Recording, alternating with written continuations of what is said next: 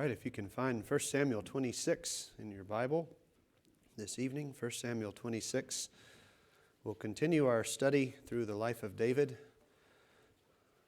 I ask you to pray for my voice tonight.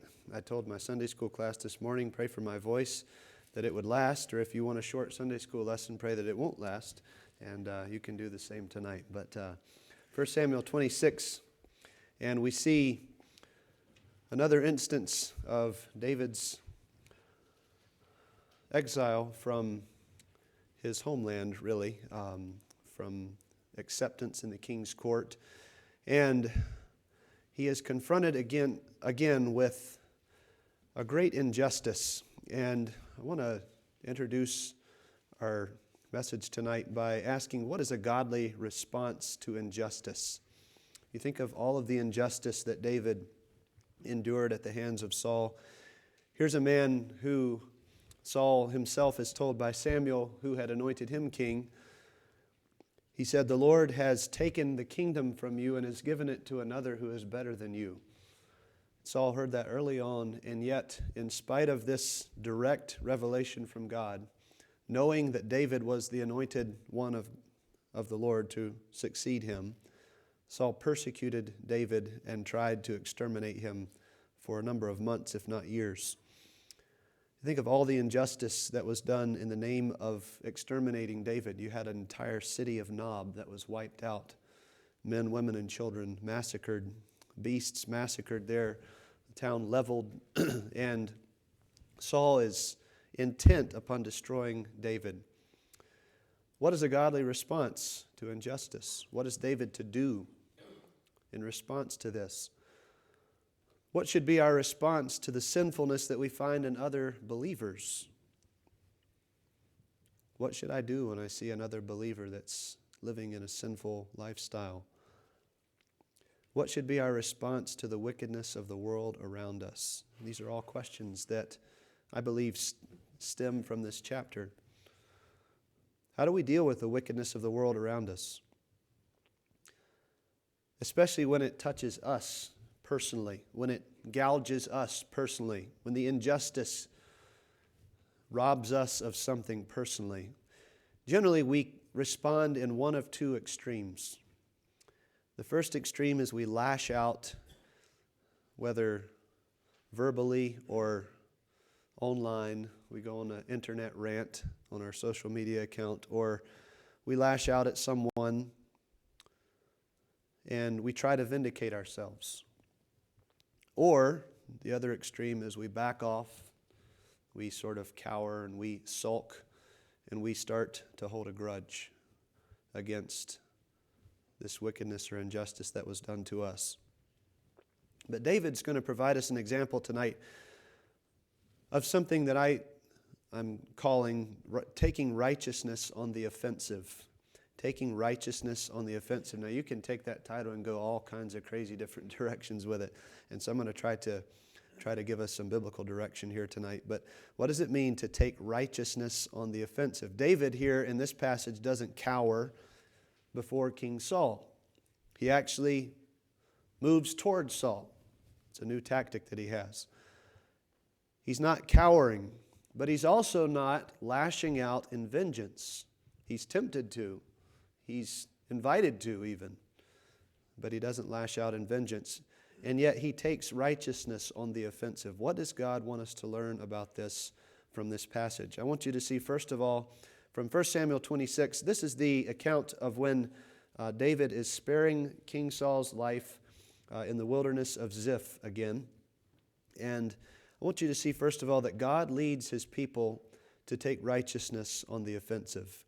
God leads his people to take righteousness on the offensive. Look at verses 1 and 2 of this chapter, just setting the stage here. Now the Ziphites came to Saul at Gibeah, that's Saul's capital, his hometown.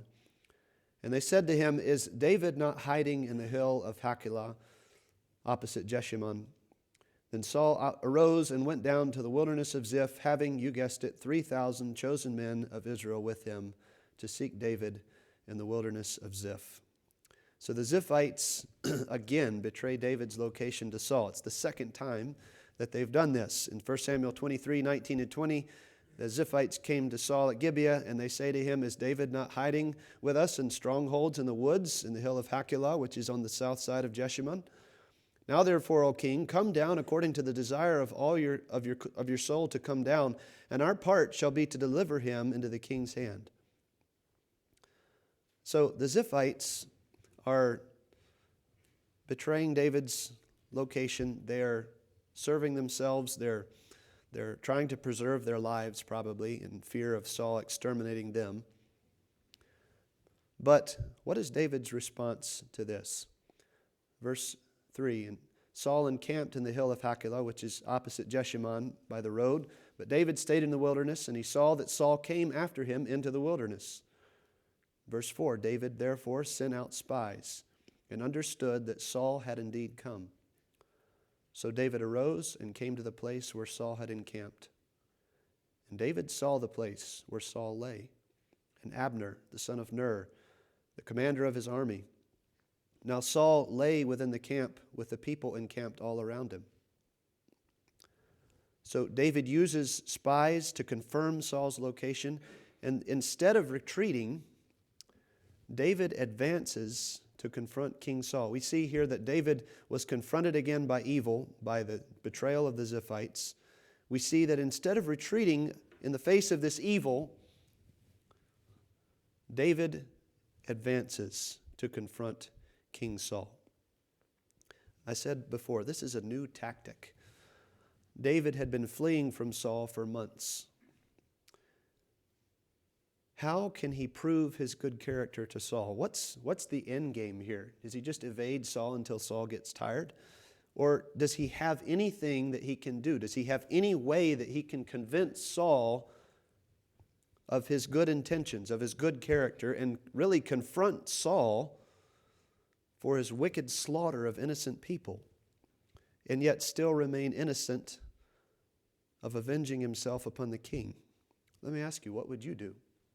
You're getting chased around the countryside. Your intentions are pure. You've been anointed the next king of Israel, and yet you have a monarch who is chasing you, massacring his own people in an attempt to exterminate you.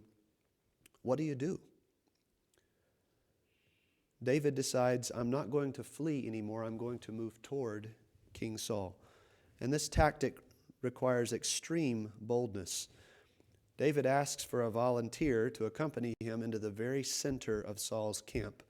It says there in the verse, we read it, verse 7, that the camp was set up with Saul in the center.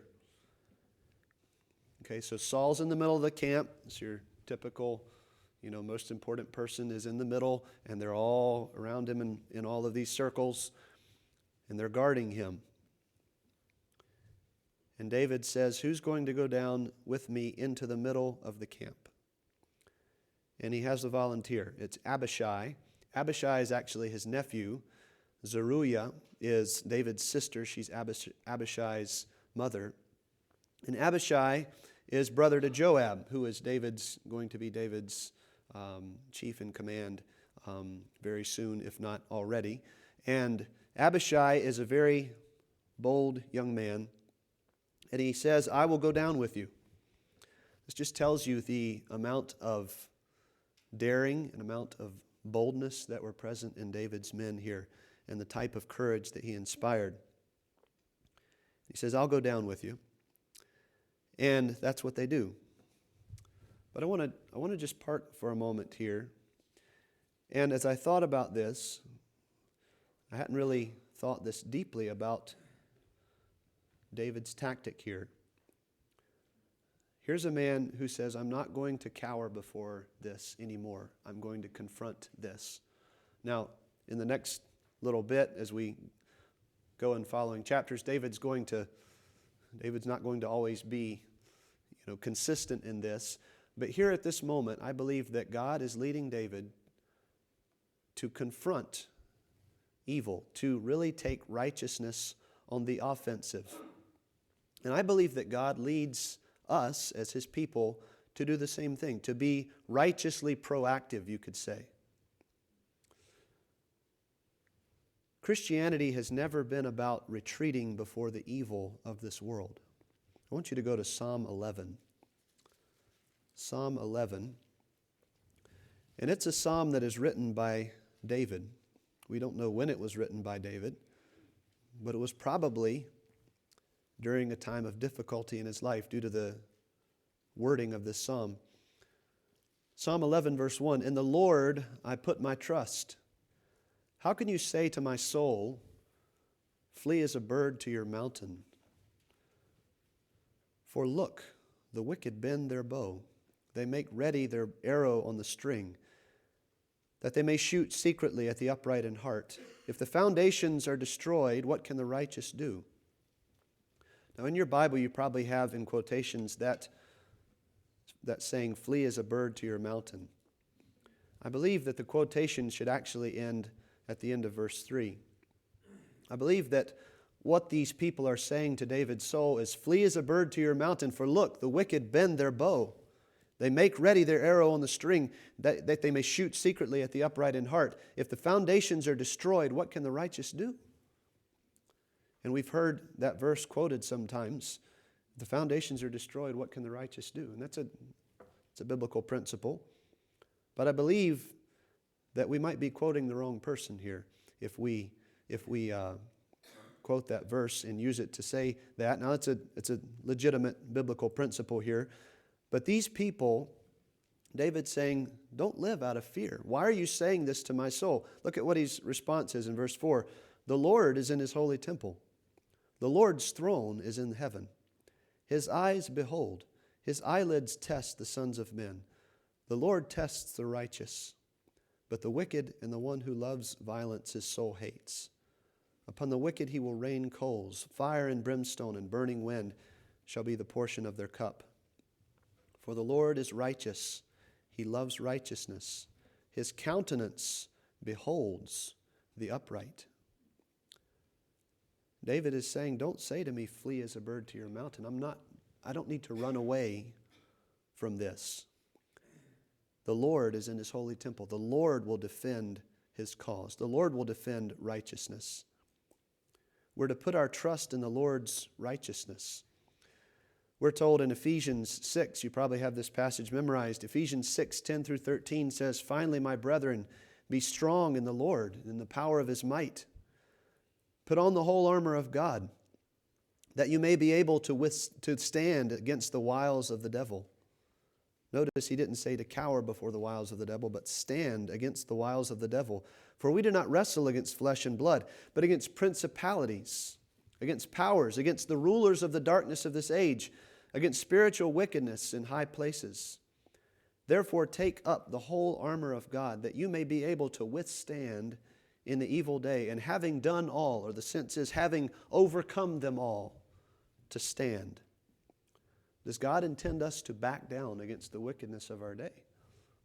No. He intends us to take righteousness on the offensive, to stand against the wickedness of our day.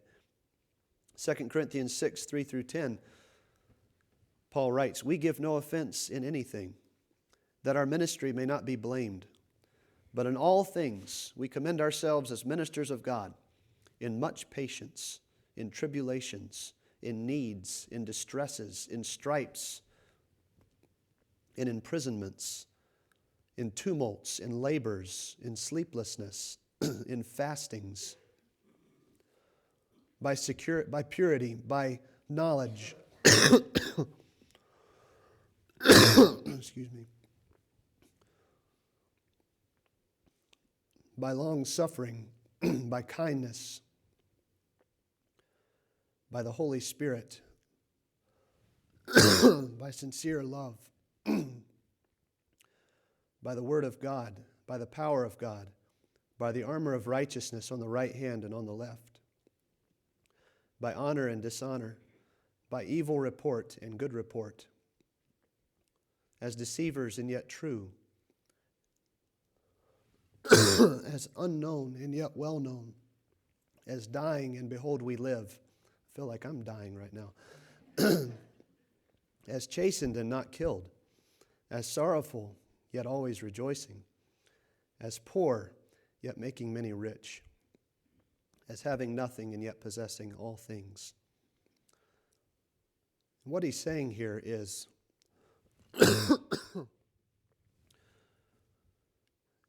he's saying we're not cowering.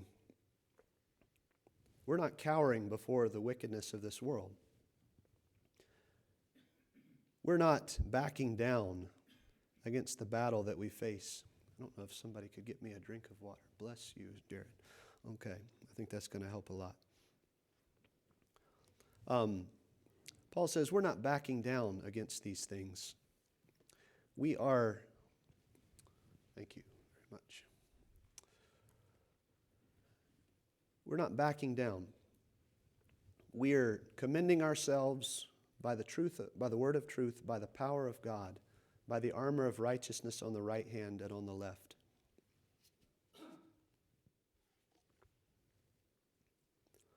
God calls us to confront evil using the weapons He's given to us.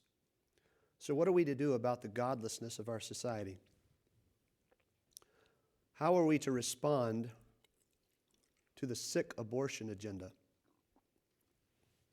What are we to do about gossip? How should we respond to an offended brother? What are we to do about the unethical practices in our workplace? What are you going to do about these things? And I'm just taking a principle from this passage. Are we going to retreat?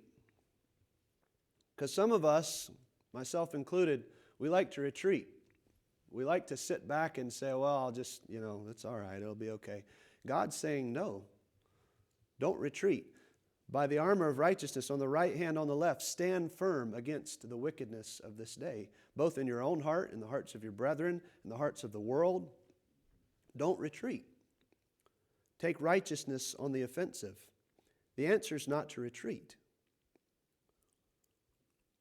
Now, I say this, and I need to be extra cautious.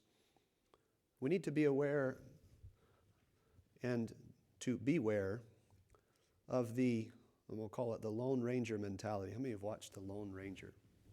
Love The Lone Ranger, okay? That's the most predictable show on television.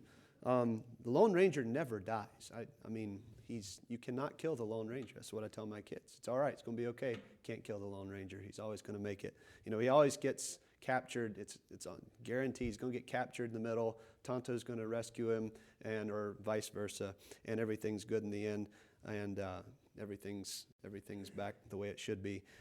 But most of the time we credit the Lone Ranger, right? He's the one that killed, gets the bad guys out of there and gets the town back in the ways of justice again. And we think, man, we need to if we could just come on the scene and right all the wrongs, We're not the ones that put everything right. We're the ones that take righteousness on the offensive, but we don't always end up putting everything right, do we? I want to remind you of what Paul said. He said, in all things we commend ourselves as ministers of God. This is 2 Corinthians 6. In all things we commend ourselves as ministers of God in much patience and tribulations. Tribulations is the idea of being pressed, squeezed. There's no room. You're crushed by something. In needs, in distresses, in stripes, in imprisonments. Does he sound like he's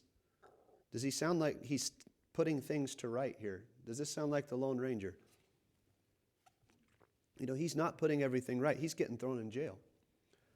But he's taking righteousness on the offensive. Who is the one who puts things to right? God is the one who does that. Sometimes we appear to lose, as Paul did. Sometimes we get run out of town. And if that bothers us, we need to be careful to listen to the warning of this passage. Why does that bother us? When somebody just blesses you out at work because you don't play the game the way everybody else does, and you won't, shade the truth, you won't whatever they're calling on you to do. Why does it bother you so much? What is disturbed within us? And sometimes, it's we're suffering for righteousness' sake. We are. But there's something in our spirit that really, really longs to be vindicated, right?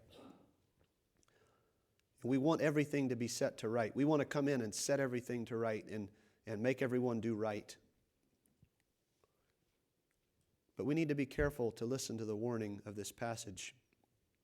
The second thing we need to see from this passage is that God warns His people of temptations associated with taking righteousness on the offensive. Sorry for the long, wordy point there.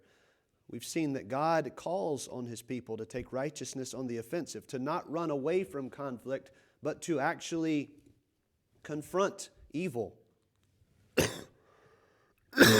by the power of His Holy Spirit in our day, to take righteousness on the offensive. But God also warns His people of temptations associated with taking righteousness on the offensive. What happened to David when he took righteousness on the offensive? He goes down into the middle of King Saul's camp here, back in 1 Samuel 26. And here's David and Abishai. Verse 7, so David and Abishai came to the people by night, and there Saul lay sleeping within the camp, with his spear stuck in the ground by his head. And Abner and the people lay all around him. Can you picture this?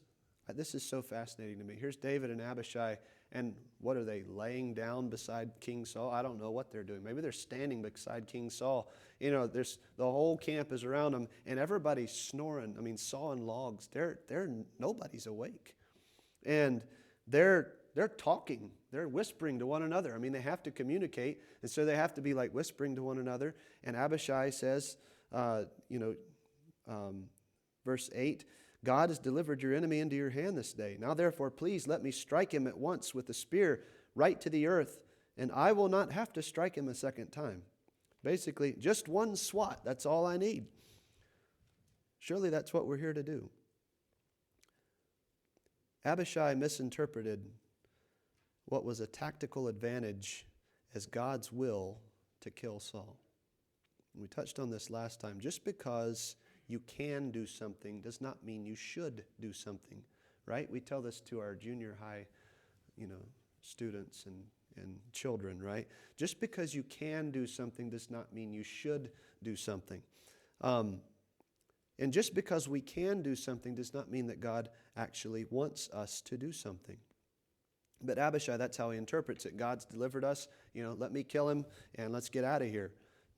David, though, is constrained. David was constrained by a fear of the Lord and a knowledge of His faithfulness. Verse 9, David says to Abishai, do not destroy him. For who can stretch out his hand against the Lord's anointed and be guiltless? David said furthermore, and this is while he's standing there by King Saul, sleeping in the middle of all these 3,000 men, okay? Picture 3,000 men. I mean, fill our parking lot full of people, go stand in the middle next to the sleeping guy in the middle and start saying these words. God, I lost my place.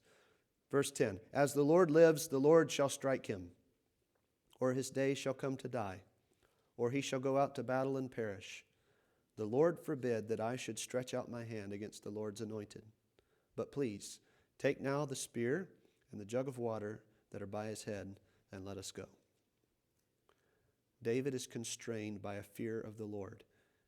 Who can stretch out his hand against the Lord's anointed and be guiltless? He says, I cannot do this and be a righteous man. I could not kill King Saul and be guiltless before the Lord. So it's the fear of God that constrains him. It's not only the fear of God, it's a knowledge of God's faithfulness. He said, think of what God has done for me. You think of the previous passage we looked at in 1 Samuel 25. Here you have the account of Nabal, David's enemy, makes himself David's enemy. But it says that the Lord struck Nabal and he died. David was ready to strike Nabal. You remember this? David was on his way to strike Nabal. That would be an understatement. I mean, he was ready to obliterate Nabal. And God uses Abigail to restrain David. And he teaches David a valuable lesson. I will strike your enemies. I will strike your enemies. You don't have to. And David repeats that lesson here. The Lord shall strike him. The Lord shall strike him.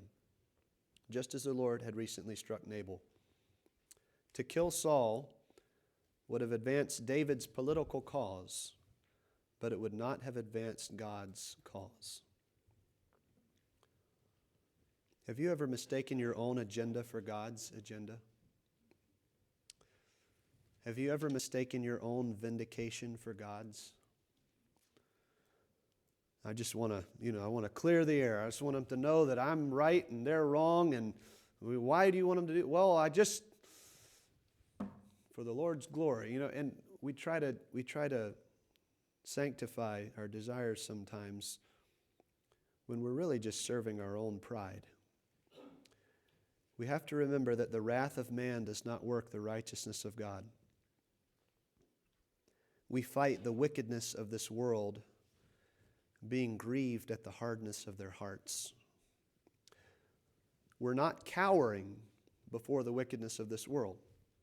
Okay, and I believe that David's example here is he's confronting Saul with his injustice, but he's doing so in such a way that doesn't serve his own political agenda. He's not killing Saul, he's confronting Saul.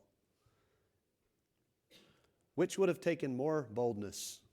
Killing Saul or taking Saul's pitcher and jug and walking out of the camp and then further confronting Saul? I think it takes more boldness to confront the king in this way. So he's not cowering, he's confronting King Saul with his injustice. And in the same way, we must confront evil and yet do so in such a way that does not just serve our own pride. I fear that much of what I've said in my youth to confront evil has only been to serve my own pride. And that's scary. We get all sanctified about some cause and we start to say things in a less than gracious way. And that's not serving the Lord's cause, that's serving our own pride. We may say we're confronting evil, but we're actually serving our own agenda. We're actually making ourselves look better. I was walking through a store the other day. I'm not going to tell you which store, but you could probably guess. And I could feel the weight on my spirit. I was just looking at people as they walked through the aisles of the store. And I saw insane hair colors. Insane hairstyles. I'm just like, what? I can't even tell the gender. And that's by design now. It's so incredibly revolting. And the piercings, all kinds of different places other than their ears. And some people with obvious drug use. Just a guy with gaunt cheeks. Just very obvious using drugs, pushing around a little child in a shopping cart. And I felt an anger rising in my spirit, like this is the America that we live in today. And I just felt myself getting angry at these people, and the Lord reminded me, these people are lost. These people don't know me.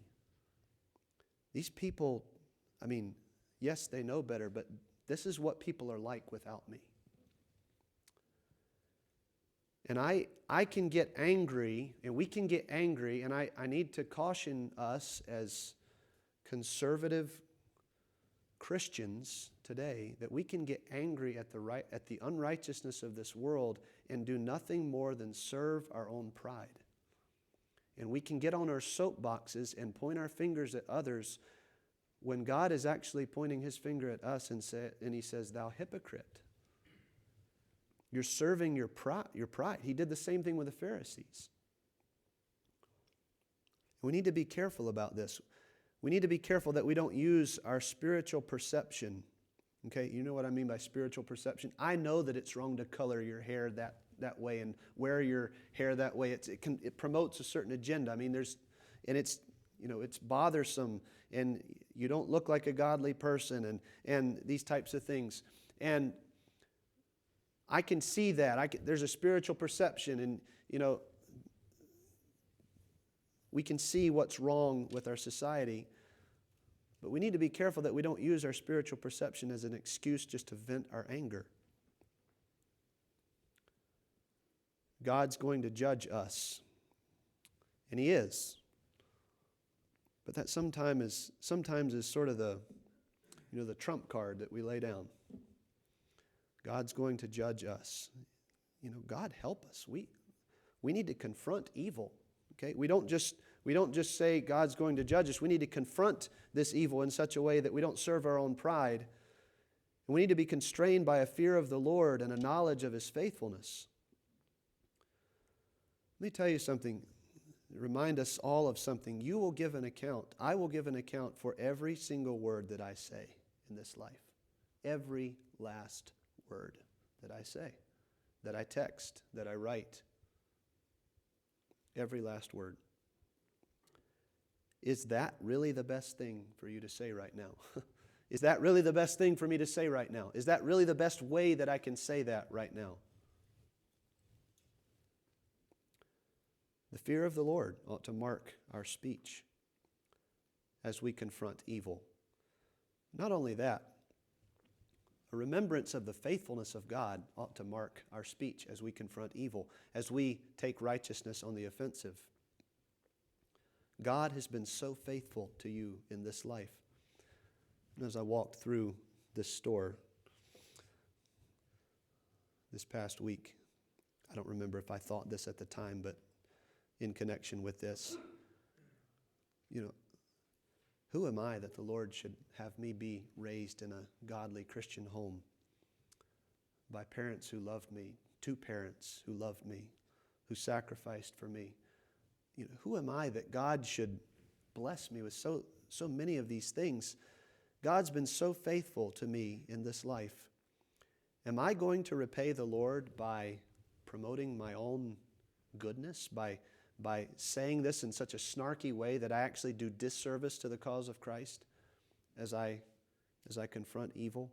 I hope this is making sense. I think God wants to confront us tonight about how we confront evil in our day. And I don't know of a more relevant time to speak on this. I mean, it's so clear in our society today.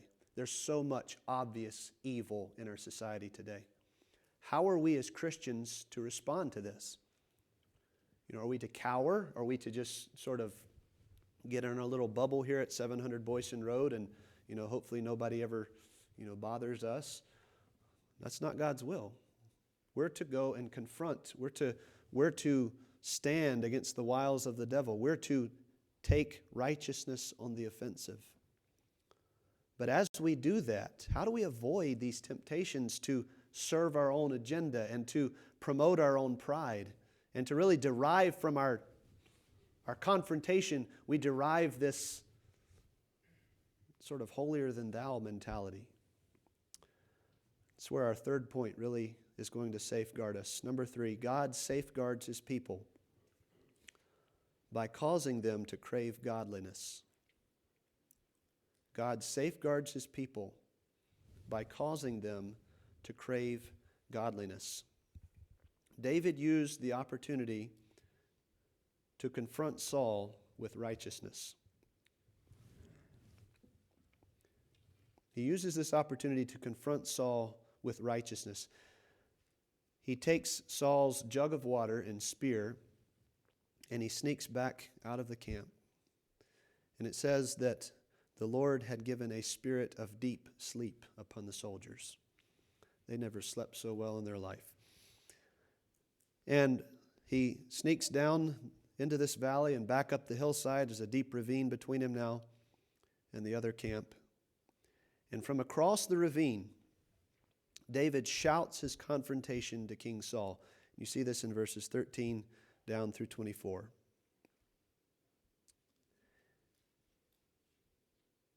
He confronts Abner. Abner is Saul's chief in command. Confronts Abner for not doing his duty of guarding the Lord's anointed. And he goes pretty far. He says, Abner deserves to die. Okay, let's read it. He says, Verse 14, David called out to the people, to Abner the son of Ner, saying, "Do you not answer, Abner?"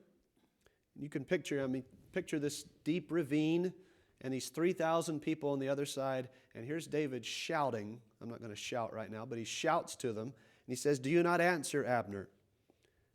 And Abner finally wakes up. What a moment. Here you are, the chief in command. You're next to the king, and you find yourself waking up to somebody shouting. Okay? And Abner sounds groggy here because he says, "Who are you calling out to the king?" I mean, why would he say that? Why did you give away the fact that you're with the king? How do you know that the guys come into the camp? And Saul's probably like, "Be quiet," And Abner's saying, "Who are you calling out to the king?"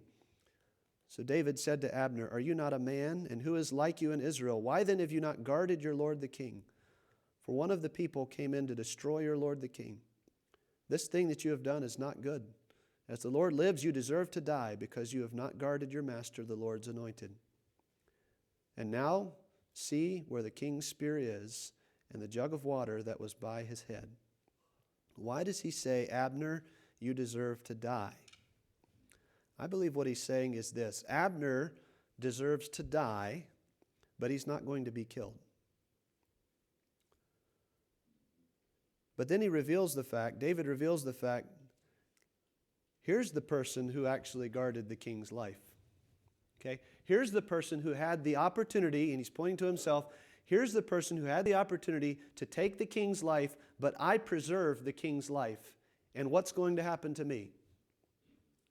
What can he expect? What is the expectation for David when you're one of those 3,000 men that he's yelling across this ravine at the top of his voice to? What's their expectation of him? He says, "I'm about to be killed." Abner just didn't preserve the king's life. You're not going to kill him. But here I have preserved the king's life, and I'm about to be killed. The injustice of this. He protests his innocence. Verse 18. He says, "Why does my Lord thus pursue his servant? For what have I done, or what evil is in my hand?" Protesting his innocence here. Then he curses those who have driven him from fellowship with God. This is very significant. Verse 19. "Now therefore, please, let my Lord the king hear the words of his servant. If the Lord has stirred you up against me, let him accept an offering." In other words, if God is using you to chasten me for a sin that I've committed, I'm ready to repent. Show me what it is. My offering's ready. But if it is the children of men that have stirred you up against me, may they be cursed before the Lord. Why? For they have driven me out this day from sharing in the inheritance of the Lord, saying, 'Go serve other gods.'"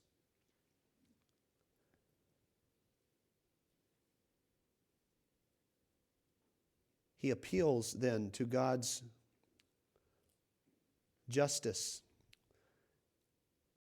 We'll get into this in just a moment. I want to point out what really bothered David about what Saul was doing. What really bothered David about this was he's being driven away from the covenant fellowship of the Lord. Here you have Israelites that sacrificed to the Lord. They had feasts, and David is being robbed of the feasts and festivals, the Sabbath services, the sacrifices, the songs, and the fellowship of God's people.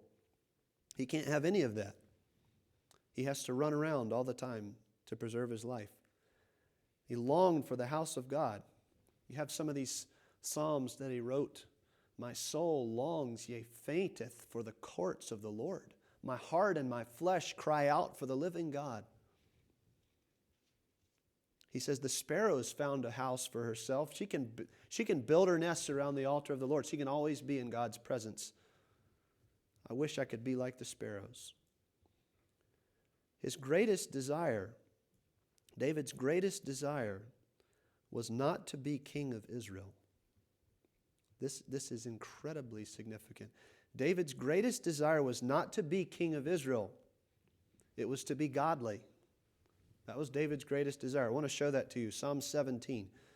If you'd please turn to Psalm 17. Another psalm that David wrote. Again, we don't have a title that shows us when he wrote it. But I believe it must have been around a time like this.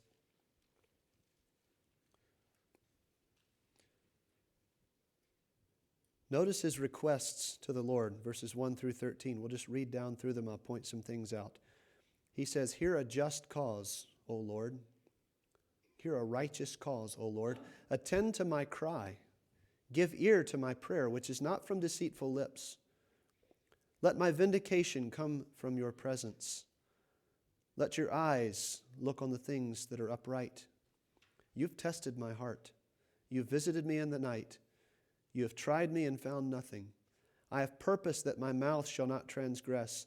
Concerning the works of men, by the word of your lips, I have kept away from the paths of the destroyer. Uphold my steps in your paths, that my footsteps may not slip. I have called upon you, for you will hear me, O God. Incline your ear to me and hear my speech.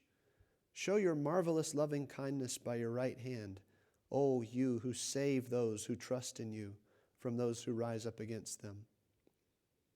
Keep me as the apple of your eye. Hide me under the shadow of your wings, from the wicked who oppress me, from my deadly enemies who surround me. They have closed up their fat hearts. With their mouths they speak proudly. They have now surrounded us in their steps. They have set their eyes, crouching down to the earth, as a lion is eager to tear his prey, and like a young lion lurking in secret places. Arise, O Lord, cast him down. Deliver my life from the wicked with your sword." And I want you to notice in verses 14 and 15 his contrast. He's contrasting himself with the wicked. And what he's contrasting here is his desire. Okay? Note his desire and the wicked desire. Particularly what satisfies the wicked and what satisfies David. Verse 14, "With your hand from men, O Lord, from men of the world who have their portion in this life, and whose belly you fill with your hidden treasure. They are satisfied with their children, and leave the rest of their possession for their babes." So they're satisfied with being able to leave a truckload of things to their children when they died. Verse 15, "As for me, I will see your face in righteousness. I shall be satisfied when I awake in your likeness." David was satisfied only when he awoke in God's likeness. And by the way, you can leave that legacy to your children as well. David here, from his words to King Saul, and back in 1 Samuel 26, he says, "Those people that have stirred you up against me have driven me out from fellowship with the Lord." And he says, "King, that's what I'm longing for," basically. He is distressed in his heart because he's been driven from the fellowship of the Lord. And we see here that David's ultimate desire was not to be king of Israel. It was to be godly. He wanted to be with the Lord. And Saul is shamed as a fool when confronted by righteousness. Saul says in verse 21, "I have sinned. Return, my son David, for I will harm you no more, because my life was precious in your eyes this day. Indeed, I have played the fool and erred exceedingly." Those are probably the last words that Saul ever spoke to David. And the two part ways once again here.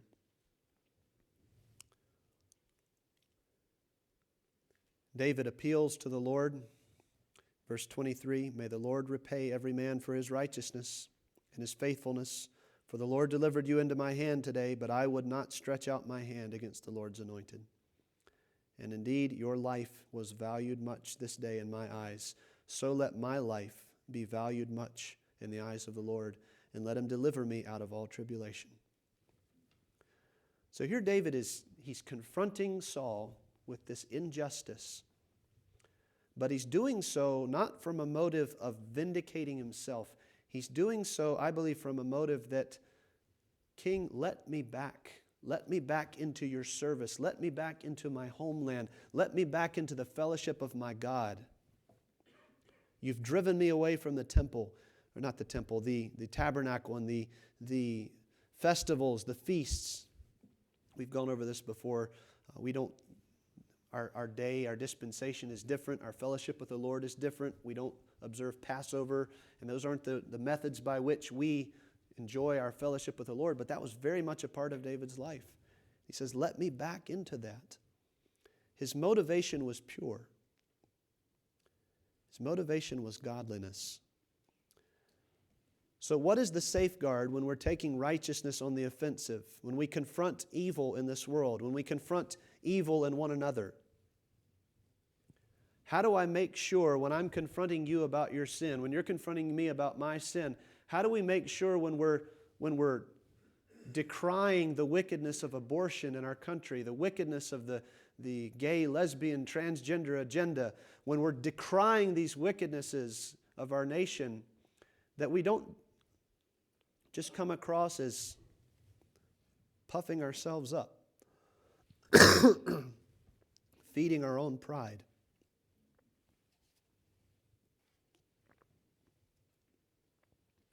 What is the safeguard?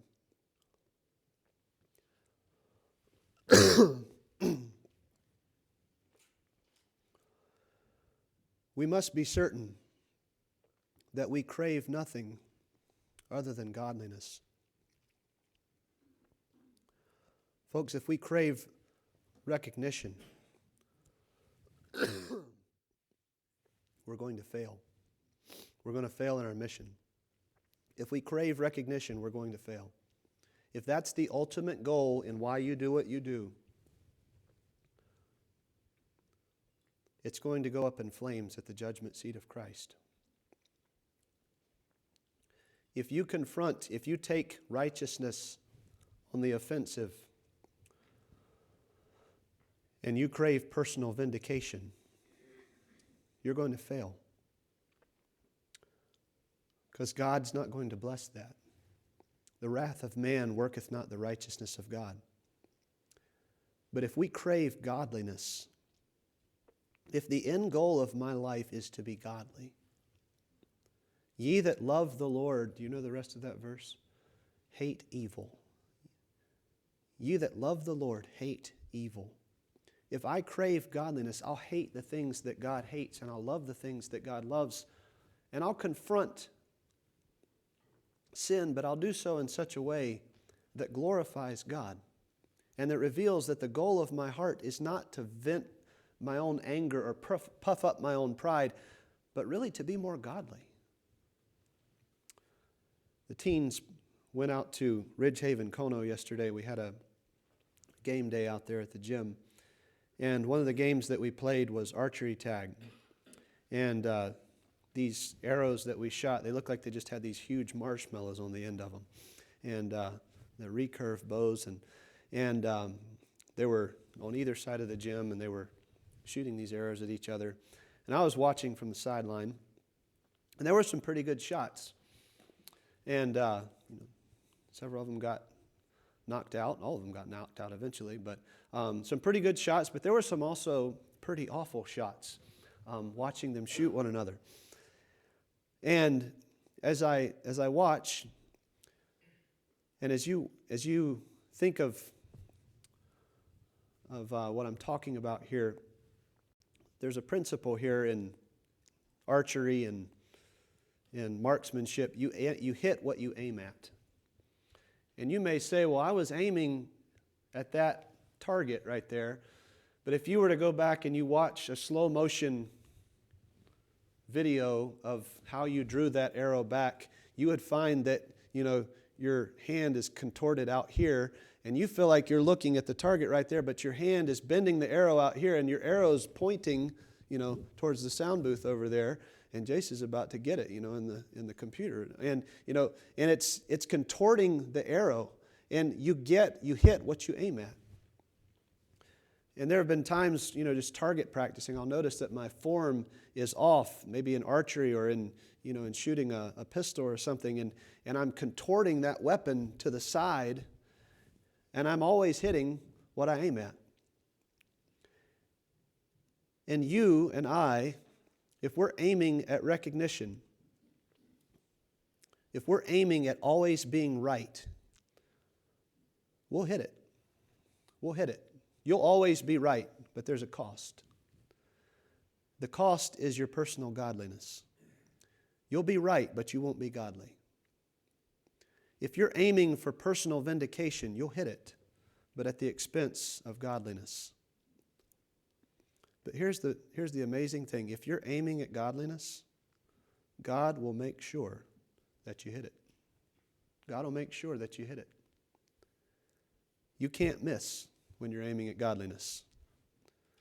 You can't miss. Hear that. You cannot miss when you're aiming at godliness. God will use every confrontation that you have in this life against evil, against injustice, against sin, and if you're aiming at godliness, you cannot miss. God will use those things for His glory if your heart is pure, if your motive is pure. So how does this apply to us? I fear that I've made this perhaps too complicated. We live in a very wicked day, and we need to stand for God's truth. We shouldn't cower. And if your theology is to cower and wait for the Lord to come back, that's not a good theology. We should take our stand against the wiles of the devil. We should stand for truth. We should advance Christ's cause today. We should be salt and light. There's all kinds of passages about this. We must take the gospel to this world. That's why we're here. We're here to glorify the Lord. But as we stand for truth and righteousness and take righteousness on the offensive, we need to beware of the temptations that are associated with taking righteousness on the offensive. What are the temptations? I can do it for the wrong reason. I can do it so I will be labeled a conservative. I can do it so my friends will think I'm a godly young man, a godly young lady.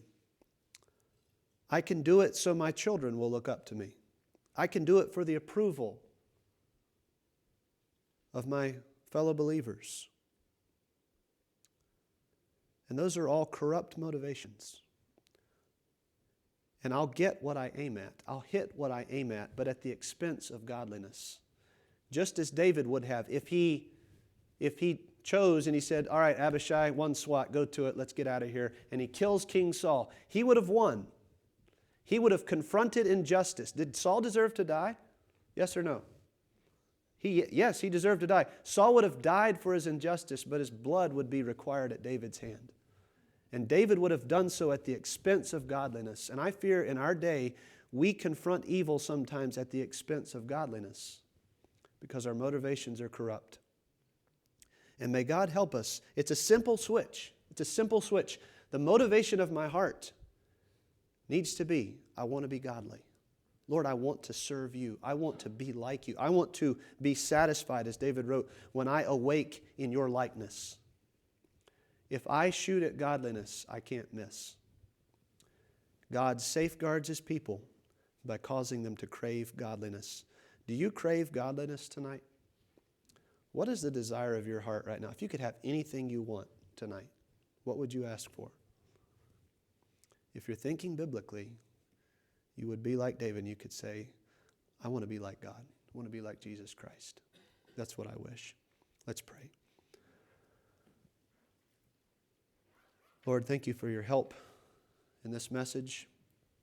Thank you for the truth of this passage, these principles, Lord, that we can derive from it. Lord, would you give us a purity of motive, I believe as David had at this point in his life.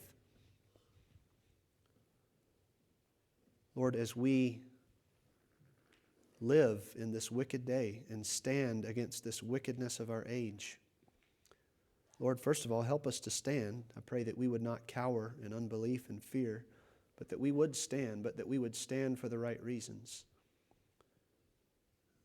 That our faithfulness to you and that our confrontation of evil and our willingness to take righteousness on the offensive would be